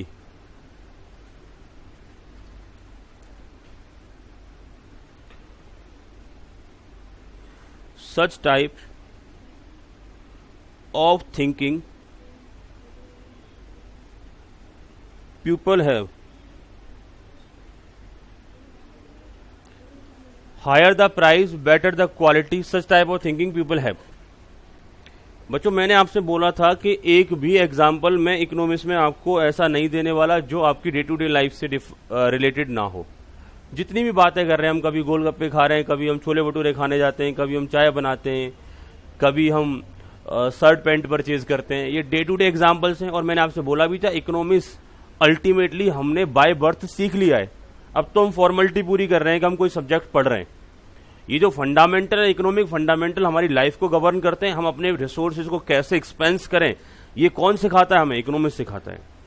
मैंने बोला बेटा higher the price is better the quality, ऐसी थिंकिंग पीपल्स की होती है। मैं आपसे बोल रहा हूं जब यहां से आप उतर के जाओगे तो बहुत सारे फुटपाथ पर इधर उधर आपको कुछ सामान सेल होते हुए मिलेंगे। उस दौरान एक पर्सन शोर मचा रहा है, लिवाइज स्ट्रॉस का जीन्स मात्र 50 रुपए में। उठा के चेक करोगे क्या? मैं आपसे एज जनरल पूछना चाह रहा हूं, रियल आंसर देना, अंदर से क्या फीलिंग आ रहा है? बच्चे ने पहले बोला कि सर ऐसा तो पॉसिबल ही नहीं है। क्या पता बेटा वो डाका डाल के लेके आ गया हो और सेल कर रहा हो 50-50 रुपये, जल्दी भागना हो उसे, देख तो लेना चाहिए था। लेकिन एक बच्चे की थिंकिंग एक कहीं ना कहीं सोसाइटी की थिंकिंग हो सकती है। इतना सस्ता कैसे मिल सकता है? इतना सस्ता कैसे मिल सकता है? मेन थिंग इज दैट कई बार हमारी थिंकिंग होती है अगर सस्ता है तो क्वालिटी पुअर होगा, वहां क्वालिटी बेटर नहीं होगा। कई बार जस्ट अपोजिट हो जाता है। मैं आपसे बोलता हूं बेटा आप बुद्धिजीवी हो, आप पढ़े लिखे हो, आप इकोनॉमिक्स बड़े अच्छी तरीके से पढ़ रहे हो, और दूसरी बात फील्ड ऐसे में हो जिस फील्ड में जाने के बाद एक पर्सन एक टाइम के बाद बिजनेसमैन ही बन जाता है। आप में से कोई भी पर्सन किसी की जॉब नहीं करने वाला, मैं लिख के देता हूं। ज्यादा से ज्यादा 10 साल या 15 साल, 10 या 15 साल बाद अगर आपके अंदर नॉलेज गेन करने की कहीं ना कहीं क्यूरियोसिटी होगी तो आप देख लेना आप सारे के सारे बिजनेस में कन्वर्ट हो जाओगे। यानी खुद आप अपना खुद का बिजनेस स्टार्ट कर लोगे।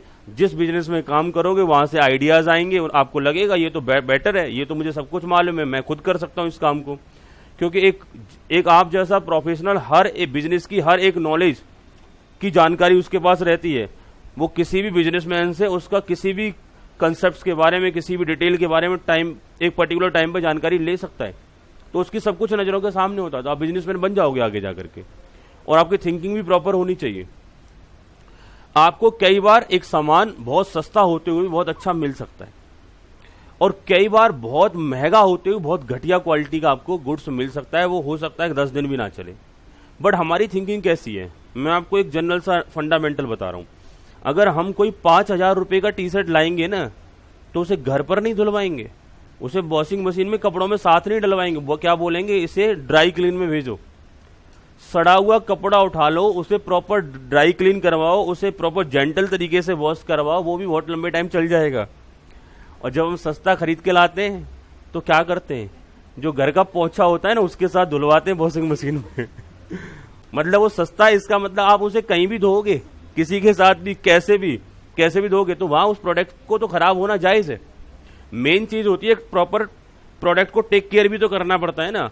या आप कितनी भी महंगी बाइक खरीद के ले आओ, अगर उल्टा सीधा एक्सीडेंट करोगे तो खराबी होगी, खराबी दिखेगी, ढंग से नहीं चलाओगे। सस्ती भी खरीदो, प्रॉपर तरीके से चलाओगे तो अच्छी चलेगी। तो हम कई बार एनालाइज करें, मार्केट देखें। कई बार आप देखते हो दिल्ली में बहुत सारे बाजार चलते हैं, शुक्र से लेकर के शनि बाजार, रवि बाजार, सोम मंगल बुध, चलते नहीं चलते? आपकी लोकेशन में भी कोई ना कोई लगता होगा बाजार। आप उस बाजार में भी ट्रेवल करना, आपको कोई ना कोई प्रोडक्ट ऐसा मिल जाएगा जो सॉलिड होगा और सस्ता भी होगा, क्योंकि उनका बहुत सारा कॉस्ट बचता है। वो सड़क पर ही दुकान लगा लेते हैं, तो उनको किसी का रेंट नहीं देना पड़ता, कोई एम्प्लॉय नहीं रखना पड़ता। थोड़ा सा खरीद के ला रहे होते हैं, थोड़ा सा इमीडिएटली सेल कर रहे होते हैं। उसी प्रोडक्ट को आप किसी पर्टिकुलर शॉप में लेने जाना तो वो हो सकता है महंगा पड़ जाए आपको। मैं ये नहीं कह रहा हर एक प्रोडक्ट बहुत अच्छा होता है। मैं दूसरी बात ये कह रहा हूँ, कई बार हम ब्रांडेड जगह पहुंचते हैं तो वहां प्रोडक्ट मोस्टली अच्छे मिलने के चांस होते हैं, लेकिन वहां भी कई बार गड़बड़ प्रोडक्ट मिल सकता है। तो आंखें खुली रखनी है, let the buyer beware. आपको सिखाया भी जाएगा सेल्स ऑफ गुड्स एक्ट में कि जब आप कुछ परचेज करो तो कहीं ना कहीं आंखें खोल करके परचेज करो। आप देखो कि ये प्रोडक्ट क्या जस्टिफाइड है, क्या इतने प्राइस को ये प्रोडक्ट इतने प्राइस के लिए कहीं डिजर्व करता है, हम इसके लिए इतना प्राइस पे करें या ना करें। तो एनालाइज करो, देन आफ्टर परचेज करो। लेकिन हम करें क्या, हमारी थिंकिंग है, हमको बहुत ज्यादा आइडिया तो होता नहीं, फिर हम आइडिया कहां से लगाते हैं, प्राइस से। प्राइस ज्यादा तो क्वालिटी बेटर, प्राइस कम तो क्वालिटी खराब होगा। तो ऐसी थिंकिंग को हम रोक नहीं सकते। इसी थिंकिंग की वजह से कई बार क्या होता है, प्राइस बढ़ रहा है लेकिन फिर भी डिमांड बढ़ रही है, प्राइस कम हो रहा है स्टिल डिमांड कम हो रही है, क्योंकि जैसे ही प्राइस कम होता है सोसाइटी के माइंड में क्या आता है कि ये बेकार क्वालिटी का गुड्स होगा, या अच्छी क्वालिटी का गुड्स होगा ही नहीं। और जैसे ही प्राइस ज्यादा आएगा अचानक से इमीडिएटली माइंड में आएगा ये बेटर क्वालिटी का गुड्स है। एप्पल के बारे में सुना है आपने? कितने बच्चों ने एप्पल यूज कर लिया है खुद से? लेकिन बाकी जिन लोगों ने यूज कर लिया अच्छी बात, जिन्होंने यूज नहीं किया, क्या बेटा अभी खरीदने का चांस मिले खरीदोगे? पैसे दे दिए जाए बेटा आपको? बेटा ऐसी बात पैसे नहीं है, आपको कोई गिफ्ट में आपका एम्प्लॉयर पैसे दे रहा है, ये लो 1 लाख रुपए बोनस है, क्या खरीदोगे? अंदर से भी फीलिंग नहीं आ रहा खरीदने का? क्या बेटा कोई भी ब्रांड के लिए मोटिवेट नहीं हो रहा? खरीद लेते हैं, अच्छा ब्रांड है, महंगा ब्रांड है। बात समझ रहे हो बेटा? कई बार बच्चे जबरदस्ती बोले इस बार सर हाँ करा ही नहीं सकते आप हमसे, ठीक है। कई बार जाने अनजाने हम ब्रांड की तरफ मोटिवेट होते हैं। कितने बच्चे ऑडी फेरारी खरीदना चाहते हैं? सारे खरीदना चाहते हैं ना। क्यों खरीदना चाहते हैं बेटा? वो 4 पहिए हैं, उसमें भी बारिश से बच जाते हैं, ठीक है। मारुति 800 परचेज कर लो, जरूरी इतने सारे पैसे खर्च करने के? सर ब्रांड है, जब लेके चलेंगे तो वैल्यू अलग ही बन जाएगी। जब हम फेरारी से किसी बैंक में जाएंगे तो बैंक मैनेजर कहेगा कि सर आप यहां क्यों आए, आपने घर हमको बुला लिया होता, ठीक है। लेकिन जब वहां पैदल पसीने में पसीना पोंछते हुए जाएंगे तो बैंक मैनेजर क्या कहेगा, लाइन में आओ, तुम अंदर कैसे घुसे, बाहर बात करो, यहां बात मत करो।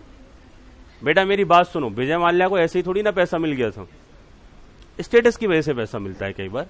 दैट मीन्स आपकी इंटेंशन पे कभी डिपेंड नहीं करता। हालांकि देखा जाए तो जो कम पैसे लेता है वो आराम से ईमानदारी से चुकाता है, मेहनत मजदूरी करके, लेकिन बैंक के सारे पैसे देगा। लेकिन जो ज्यादा पैसे लेगा, दिखावा करके पैसे लेगा, तो इन दैट पर्टिकुलर केस उसका कोई भरोसा नहीं है वो क्या कर दे। तो मैंने यहां आपसे बात किया बेटा, higher the price better the quality, हमारी थिंकिंग है, इसे हम रोक नहीं सकते। जगह जगह ये हमारे सामने आ जाती है। अगर एप्पल वही 5 रुपए में सेल होने लगे, हर रिक्शा वाला अपने रिक्शे के सामने एप्पल टांग के चले, तो जितने ये पीछे वाले बच्चे बेटा पॉकेट में रखोगे, फिर उसे बोलोगे इसे नहीं रखेंगे पॉकेट में, चाहे कोई और रख लेंगे, क्योंकि इस पर्टिकुलर डिवाइस ने तो बेइज्जती करा दी। भाई चाइनीज मोबाइल क्यों बंद हुए? क्योंकि चाइनीज अगर किसी के पास अगर मोबाइल होता है तो क्या बोलते थे, अरे ये वाला मोबाइल तो रिक्शे वाले यूज करते हैं, ये वाला मोबाइल तो वो यूज करते हैं जिनके पास पैसे नहीं है। बात समझ रहे हो ना? दैट मीन्स हम कई बार ऐसे ऐसे वर्ड यूज कर देते थे उनके लिए कि पूछो मत। तो मेन थिंग इज दैट कि जब जब हायर द प्राइस होता है इमीडिएटली हम बोलते हैं अच्छा है, बेटर है, बढ़िया क्वालिटी का है, सस्ता रहेगा, कहीं ना कहीं बेकार क्वालिटी का है। आगे बढ़ते हैं बेटा, पॉइंट नंबर सी। पढ़ क्या रहे हैं बेटा हम? Exception to the law of demand. भूल तो नहीं गए ना? वो सारे केसेस जहां पर आपका डिमांड लॉ फेल हो जाता है। अब पहले केस में फेल हुआ, दूसरे केस में भी डिमांड लॉ फेल हो गया, तीसरा केस रहेगा फैशनेबल प्रोडक्ट।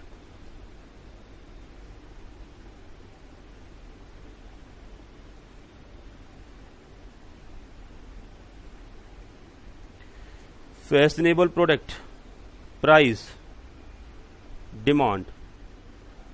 बेटा कुछ बातें ऐसी हैं जो मैं आपको समझाने के लिए, देखो मैं किसी भी आपकी जो अप्रोच है, जो सोच है, मैं उसका विरोधी नहीं हूं।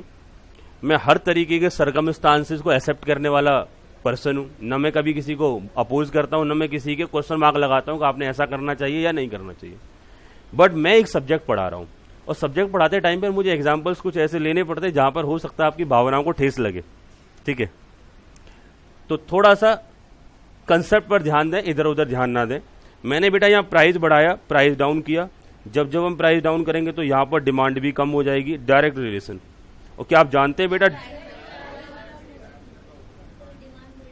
अच्छा चलो कोई बात नहीं, चलो बढ़ा देते हैं, अपना ही एरो बदलने में क्या जाता है, डायरेक्ट रिलेशन। आगे बढ़े बच्चों, मेरी बात ध्यान से सुनो। आप कई बार एक स्क्रब करके ऐसा कोई जीन्स आता है ना, क्या बोलते हैं बेटा उसे टेक्निकली जरा बताना? रफ जीन्स, स्क्रब या रफ ऐसा कुछ करके बोलते हैं ना, प्रॉपर नाम बताओ। डैमेज जीन्स बोलते हैं। चलो किसी ने मुझे स्क्रब भी बोल के बताया था कि स्क्रब जीन्स होता है ये, ठीक है, बहुत सारे नाम होते हैं। चलो हम टेक्निकली बोल सकते हैं जो जीन्स फटा हुआ रहता है, ठीक है। और बेटा बहुत महंगा आता है, ऐसा नहीं सस्ता आता है। मतलब 2000 3000 से शुरुआत उसकी होती है, वो सस्ते में नहीं मिलेगा, 500-700 में नहीं मिलेगा। बात क्लियर। वही वाला जीन्स आपको इधर फुटपाथ में मिल रहा था 25-25 रुपए में। क्या आप उसे परचेज करेंगे? बेटा वही वाला जीन्स, स्क्रब जीन्स की मैं बात कर रहा था, दैट मीन्स उसी रफ जीन्स की मैं यहाँ बात कर रहा था, वो आपको यहां मिल रहा है 25 रुपीज में। पता बच्चों के माइंड में क्या क्वेश्चन आएगा, ये वो फैशनेबल नहीं है जो बनाया गया है, ये वो गुड्स है जो मजबूरी में फटा है। ठीक है, पहना हुआ है पक्का, ये इसको नहीं खरीदेंगे हम। बात समझ रहे हो ना। हो सकता है वही गुड्स हो, किसी कंपनी ने अपना स्टॉक आउट करवाना हो, निकाल दिया हो, ऐसी रद्दी में निकाल दिया हो, कबाड़े में निकाल दिया और वहां से वो गुड्स मार्केट में आ गया हो।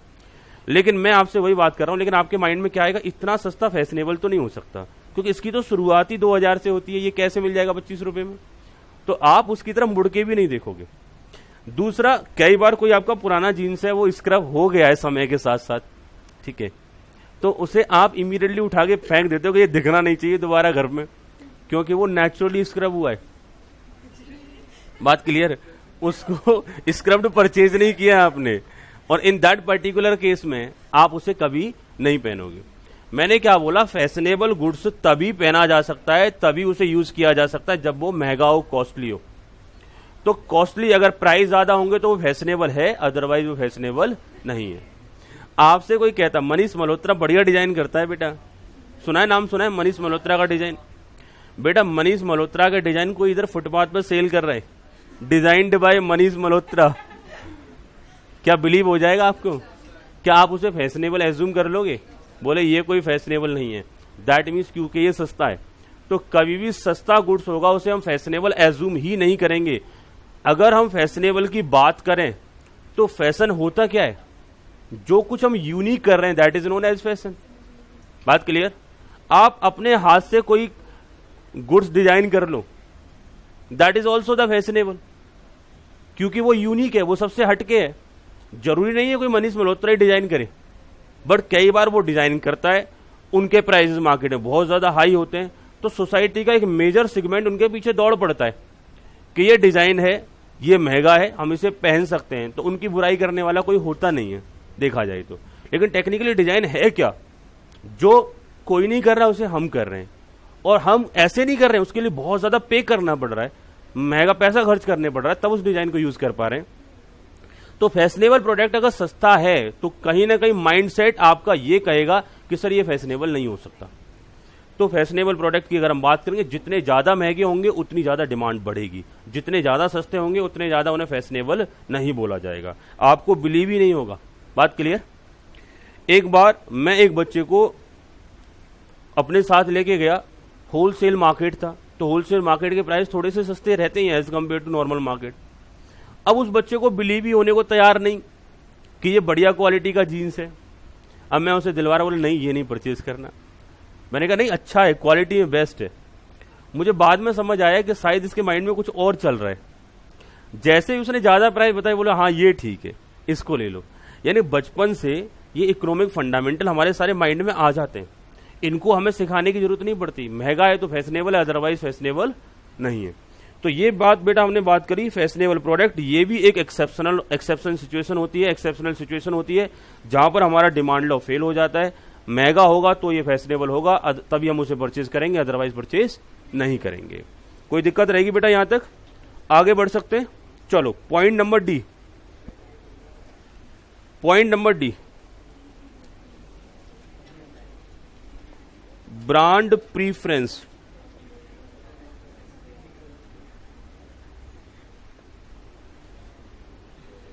ब्रांड प्रीफरेंस, अल्टीमेटली ये ब्रांड होता क्या है, इसके बारे में पहले बात कर लेते हैं। बेटा ब्रांड धीरे धीरे काफी लंबे टाइम में जनरेट होता है। लॉट मोर सेटिस्फाइड कंज्यूमर जब होते हैं, लॉट मोर सेटिस्फाइड कंज्यूमर होते हैं, तब वो धीरे धीरे कहते हैं कि ये ब्रांड बनता चला जा रहा है। बेटा किसी प्रोडक्ट के आगे टाटा का टी लगा हुआ है, टाटा का टी देखा है आपने? आप जैसे कई बार काफी महंगी बस से आप आते हो, 40-50 लाख की बस से आप इधर पहुंचते हो, तो उन बसेस पर भी टाटा का टी लगा होता है। बात समझ रहे हो ना। तो उससे एक रिलायबिलिटी बनती है कि ये एक अच्छी गाड़ी हो सकती है। तो बहुत सारे, जैसे रिलायंस का एक सिंबल है, वो एक अलग तरीके का रहता है, जहां भी जिस प्रोडक्ट पर रिलायंस लिखा हो वो अलग तरीके से आपको कहीं ना कहीं मोटिवेट करेगा। तो कुछ कंपनीज हैं जिन्होंने सर्टेन फील्ड्स में अपने आप को बहुत वेल रिकॉग्नाइज कर रखा है, उनका पर्टिकुलर लोगो लगने के बावजूद हम इमीडिएटली बिलीव कर लेते हैं, इमीडिएटली हमें कहीं ना कहीं रियलाइज हो जाता है, भरोसा हो जाता है कि ये प्रोडक्ट अच्छा होगा। बेटा जियो की बात कर लूं, जियो की सक्सेस के पीछे कहीं ना कहीं 2-3 फैक्टर्स थे। जियो की सक्सेस के पीछे पहला एक फैक्टर था इंडियन माइंडसेट। जाने अनजाने हम सब कई बार फ्री से मोटिवेटेड होते हैं, बट जैसे ही हम फ्री की बात करते हैं तो फ्री के पीछे एक सामाजिक प्रेशर भी हम पर आ रहा होता है। अरे फ्री वाला खरीद रहे हो, मतलब हम फ्री लेना चाहते हैं, लेकिन हम ये भी चाहते हैं किसी को पता ना चले कि हमने फ्री लिया। जब जियो की सिम स्टार्टिंग में फ्री बटी थी तो शायद आपने फील किया होगा या नहीं किया होगा, लोग बताने में शर्माते थे कि मेरे फोन में जियो की सिम है। ये एक रियल फैक्ट था। सिम यूज करना चाहते थे, नेट चला रहे थे, लेकिन ये नहीं बताना चाहते थे कि जियो की सिम हमारे मोबाइल फोन में है। लेकिन आज के टाइम में किसी को हेजिटेशन नहीं लगता कि हमारे पास जियो की सिम है, क्योंकि उसका नेटवर्क प्रॉपर हो गया है, वहां पैसे भी पे करने पड़ रहे हैं, वो नॉर्मल उसके रेट्स हो गए। तो आज हम बता सकते हैं, लेकिन शुरुआत में बताना थोड़ा मुश्किल काम था। तो मैंने आपसे क्या बोला, हम ब्रांड प्रीफरेंस की बात कर रहे हैं। रिलायंस के बारे में सबको मालूम था, मुकेश अंबानी के बारे में सब जानते थे, उनके ब्रांड के बारे में सब जानते थे कि जिस बिजनेस में ये कहीं ना कहीं कदम रखते हैं उसे बेटर ढंग से चलाते हैं। उन्होंने जियो लॉन्च किया, बहुत ही स्टार्टिंग स्टेज में था, प्रोडक्ट उतना बेटर काम नहीं कर रहा था और कर भी नहीं सकता। जब आप इतने नंबर ऑफ कस्टमर्स को फ्री में आप सिम डिस्ट्रीब्यूट करोगे, इतना ज्यादा नेटवर्क पर लोड आएगा और वो नेटवर्क इमीडिएटली स्ट्रांग नहीं हो पाता। तो शुरुआत में नेटवर्क फेलियर कहीं ना कहीं वो जरूरी थे और वो होने थे, वो हुए। उनकी वजह से कई बार नेटवर्क डाउन भी गया, लेकिन फिर भी उन्होंने बहुत अच्छा मैनेज किया। उन्होंने पहले तो फ्यूचर प्लानिंग किया था, स्टार्टिंग से अपने लिए इंफ्रा डेवलप करना स्टार्ट किया था। दूसरा, वो मार्केट को क्रैश करके आए, मार्केट को बहुत ही कम प्राइसेस पर लेकर के आए। तीसरा, उनके पीछे फैक्टर ये था कि ब्रांड प्रीफरेंस। सबको मालूम था इसके पीछे कौन है, वही पर्सन है जो रिलायंस के पीछे है। दैट मीन्स जो रिलायंस को चला सकता है, जो ऐसी संस्था को, ऐसी कंपनी को चला सकता है, उसकी ये वाली टेलीकम्युनिकेशन फैसिलिटी भी बेटर ही होगी आगे जाकर के। तो कहीं ना कहीं हमको मोटिवेशन मिला और हमने उस पर्टिकुलर प्रोडक्ट को हाथों हाथ लिया। और यही एक रीजन है कि बाकी सारे टेलीकम्युनिकेशंस के जो कंपनीज थे उनके रेट भी कम हो गए और आज एक हमारा टेलीकम्युनिकेशन मार्केट बहुत ही नॉर्मल प्राइसिंग पर चल रहा है। जो कुछ केबीज के रेट आपके 200-300 में हुआ करते थे, कुछ एमबी नेट मिलता था, वो भी हम सिर्फ एक बार ओपन किया फिर क्लोज कर दिया। लेकिन आज के टाइम पर हमारा 24 आवर्स हमारा नेट ओपन रहता है, क्योंकि हमको टेंशन नहीं है, क्योंकि 1 से 1.5 GB डेली मिलता है और वो कंज्यूम भी नहीं हो पाता।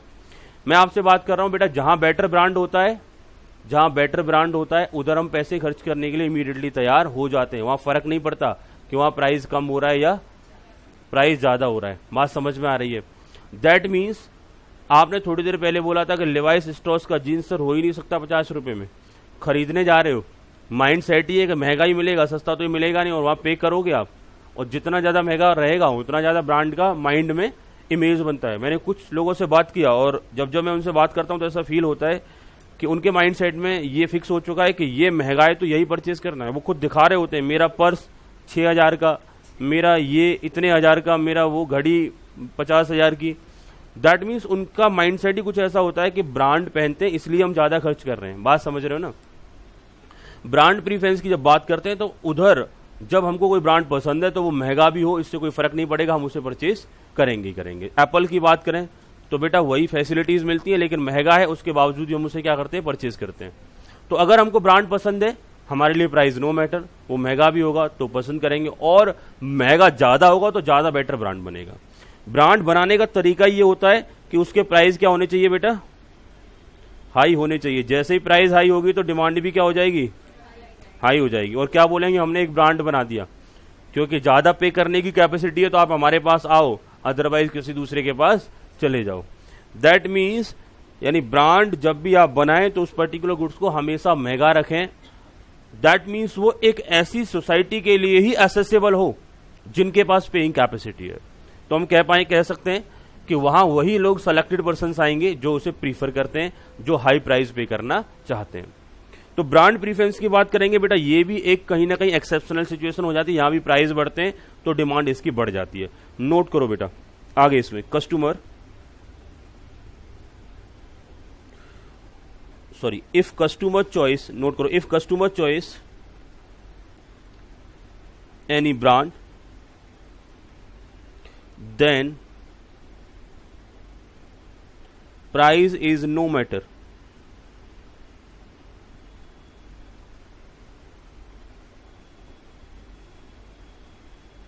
Most of brand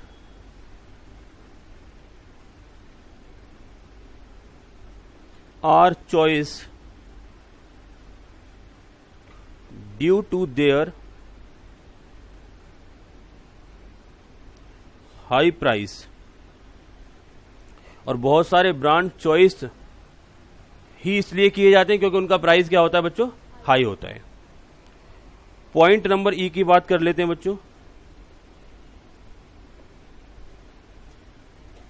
future expectations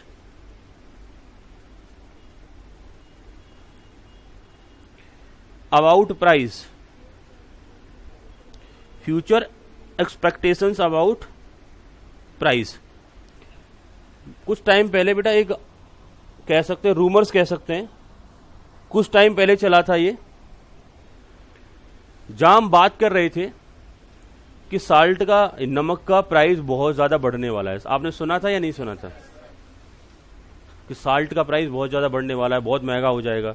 लोगों ने क्या किया था, घर में उसे खरीदना स्टार्ट कर दिया था, ज्यादा खरीदना स्टार्ट कर दिया। शॉपकीपर्स ने भी उसे स्टोर करना चालू कर दिया था कि जब प्राइस ज्यादा हो जाएगा तो ज्यादा पैसे कमाएंगे। बेटा उस दौरान प्राइस नहीं बढ़ा था, मैंने क्या बोला, उस दौरान कोई प्राइस नहीं बढ़ा था, सिर्फ एक रूमर्स फैला था और कहीं ना कहीं उसकी डिमांड बहुत ज्यादा बढ़ गई थी। जब जब फ्यूचर में ऐसा लगता है कि इसके प्राइस बढ़ने वाले हैं, अभी तो नहीं बढ़े ना भाई, डिमांड लॉ क्या कहता है, प्राइस बढ़ेंगे तो डिमांड कम होगी, बात क्लियर। लेकिन और प्राइस कम होंगे तो डिमांड बढ़ेगी, लेकिन प्राइस स्टेबल होने पर, जैसे हैं वैसे होने पर अगर डिमांड बढ़ जाए तो कहीं ना कहीं डिमांड लॉ फेल हो रहा है। तो प्रेजेंट में प्राइस साल्ट के जितने थे उतने ही थे, लेकिन एक अफवाह आया कि फ्यूचर में बहुत ज्यादा प्राइस इसके बढ़ जाएंगे, तो अचानक से डिमांड बढ़ गई, प्राइस स्टेबल थे। प्राइस गिरने चाहिए थे तब जाके डिमांड बढ़ती है, लेकिन वो तो प्राइस स्टेबल रहते हुए भी डिमांड बढ़ गई, तो क्या ये डिमांड लॉ फेल हो गया? दैट मीन्स कई बार फ्यूचर एक्सपेक्टेशंस की वजह से कि फ्यूचर में बहुत ज्यादा प्राइस बढ़ जाएंगे तो डिमांड हमारी बढ़ जाती है। आगे बढ़ सकते हैं बेटा, चलो जी। तो नोट करो बेटा, present price is stable,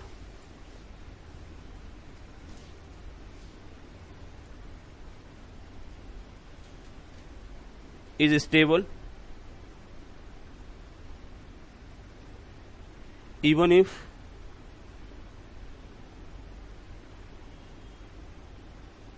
demand increase।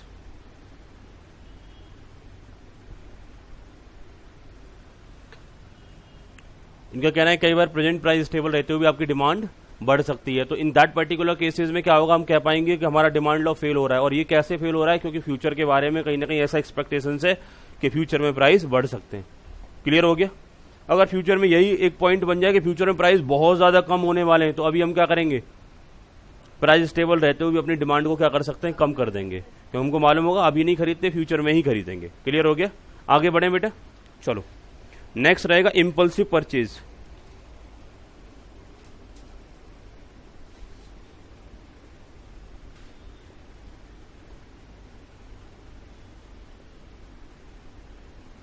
अभी रिसेंटली आप में से कोई परचेज करने जाता है?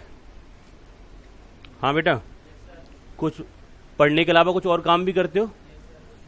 करते हो या नहीं करते हो? बाजार जाते हो नहीं जाते हो? कुछ तो सामान खरीदते होगे अपने लिए। तो कैसे खरीदते हो, रेट वगैरह पूछ करके, कंपेयर करके, या ऐसे ही परचेज कर लेते हो?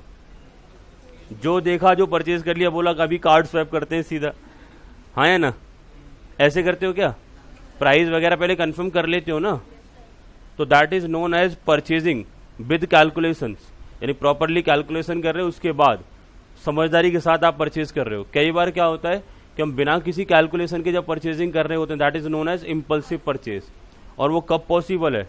लेट सपोज आपके पास बहुत सारे पैसे आ जाएं, आपके पास बहुत बड़े बड़े बैग भरे रखे हुए हैं पैसों के, समझ नहीं आ रहा कहां खर्च करें। तो कैसे खर्च करोगे बेटा? 2,000 का सामान होगा, 2,000 उसे टिप में दोगे कि ये रख ले, कोई दिक्कत नहीं, खुश रहे हमारी तरफ से, ठीक है। तो दैट मीन्स ऐसी परचेज को क्या बेटा क्या बोला जाएगा, इम्पल्सिव परचेज, यानी परचेज विदाउट एनी कैलकुलेशंस। और जहां बेटा परचेज विदाउट एनी कैलकुलेशन होता है वहां डिमांड लॉ काम नहीं करता, उन्हें सस्ते से कोई फर्क नहीं पड़ता, इवन तो सस्ता देख करके उधर मूव भी नहीं करेंगे वो कि सस्ता है बेकार ही होगा। कौन दिमाग लगाएगा, कौन इतनी कैलकुलेशन करेगा, कौन प्रोडक्ट को मैच करेगा।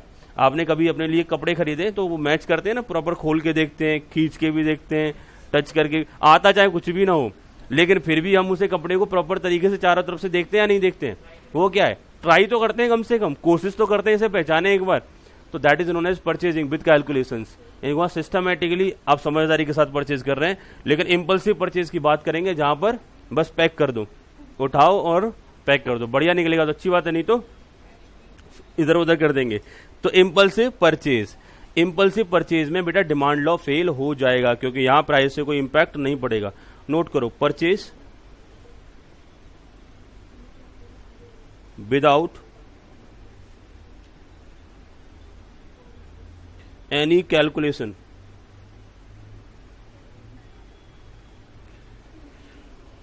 बेटा पॉइंट नंबर जी, इनकॉर्पोरेशन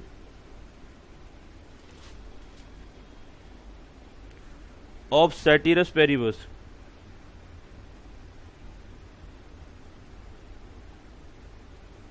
बेटा सेटिरस पेरिबस का मीनिंग पहले हम समझ रहे थे क्या था, other factor remains constant.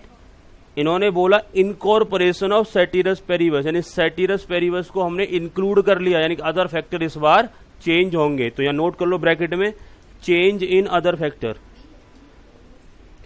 Change in other factor. हाँ बेटा ये बी है, clear, change in other factor. जब जब अदर फैक्टर्स भी चेंज होते हैं तो डिमांड लॉ फेल कर जाता है। हमने बोला प्राइस पर प्राइस और डिमांड की रिलेशनशिप की बात कर रहे हैं, लेकिन अदर फैक्टर जब चेंज हो रहे हैं तो कई बार डिमांड लॉ आपका क्या हो जाएगा, फेल हो जाएगा। तो that means incorporation of ceteris paribus भी कहीं ना कहीं एक एक्सेप्शनल सर्कमस्टांसेस बन जाता है जहां पर आपका डिमांड लॉ फेल करेगा। ओके, कोई दिक्कत रहा बेटा यहां तक? किसी बच्चे को सारे पॉइंट क्लियर हो गए? पढ़ क्या रहे थे हम? लॉ ऑफ डिमांड, यानी कि हम वो सारे एक्सेप्शनल केसेस पढ़ने का प्रयास कर रहे थे जहां पर आपका लॉ ऑफ डिमांड फेल करेगा, यानी लॉ ऑफ डिमांड प्रॉपरली काम नहीं करेगा।